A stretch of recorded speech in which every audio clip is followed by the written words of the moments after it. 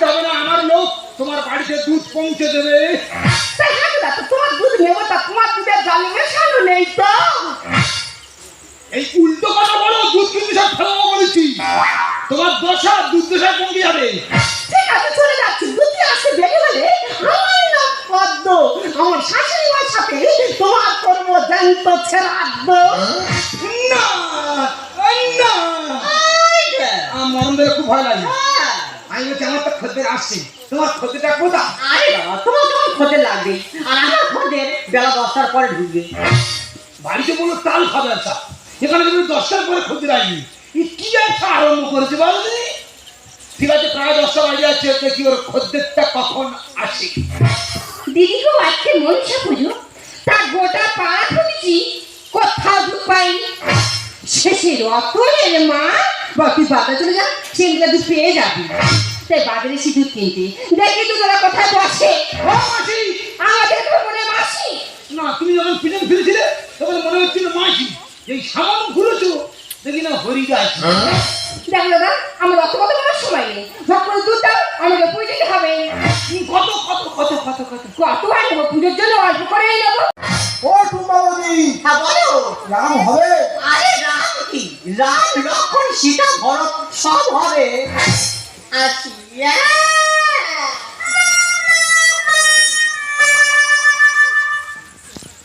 কি ব্যবসা আরম্ভ করেছে বলো? বাড়িতে বললো ডাল খা ব্যবসা, এখানে যেমন 10টার পরে খদ্দের আসবে, এখন বলছে রাম। তবে কি ঠাকুর দেবতা নিয়ে ব্যবসা আরম্ভ দিলাম। দিয়ে হ্যাঁ আমি একটু বলবো? বলো। আমি বলছি এবার তুমি ঠাকুর দেবতা নিয়ে ছিনিমিনি খেলা করুন। ও টুম্বাবতী, হ্যাঁ বলো। 750 পাওয়া যাবে? আরে 750 কি, 750, 950, 1 কিলো 1.5 কিলো সব হবে। আচ্ছা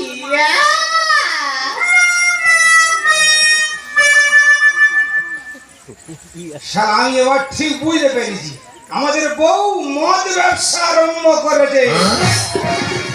সর্বনাশ, স্বামী দুধ ব্যাপারী, বউ নাকি মদ ব্যাপারী। এই বাজারে যা মান সম্মান ছিল সব ধুলোর সঙ্গে পাক খেলো।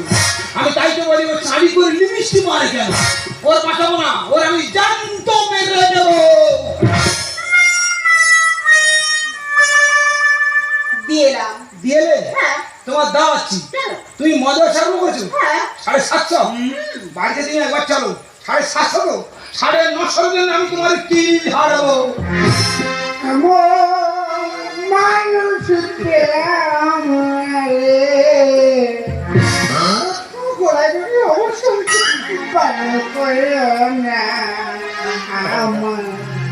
বারণ করো না, খাও না খাও না করছিলাম, জোর করে খাইয়ে দিল। আমি মনুষ্য মত পাপে লিপ্ত হয়ে যাচ্ছি না। আরে তুমি ভালো হলো, কিন্তু কোথায় পাই বলো তো? আমার ডাকতেছ তো, এ মনে হচ্ছে 1.5 থেকে 2 লিটার দুধ নেবে। এ ভাই, কত কত কত কত?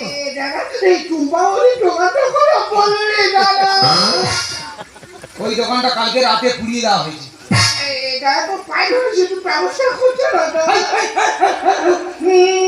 পায়রা অন্যদিকে যা, পায়রা অন্যদিকে যা। এই যে কি বললো?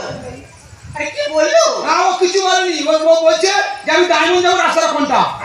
ডায়মন্ডে রাস্তা কোনটা? ওটা মনে হচ্ছে ওটা টাকা, ওটা তো আমার কাস্টমার।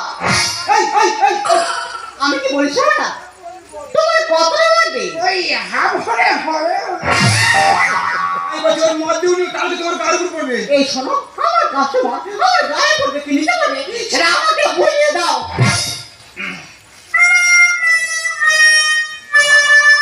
আমি কি বলছি না, আমি হাত দিতে একদম পছন্দ করি না, আমি তো গোটাই তো পছন্দ করি।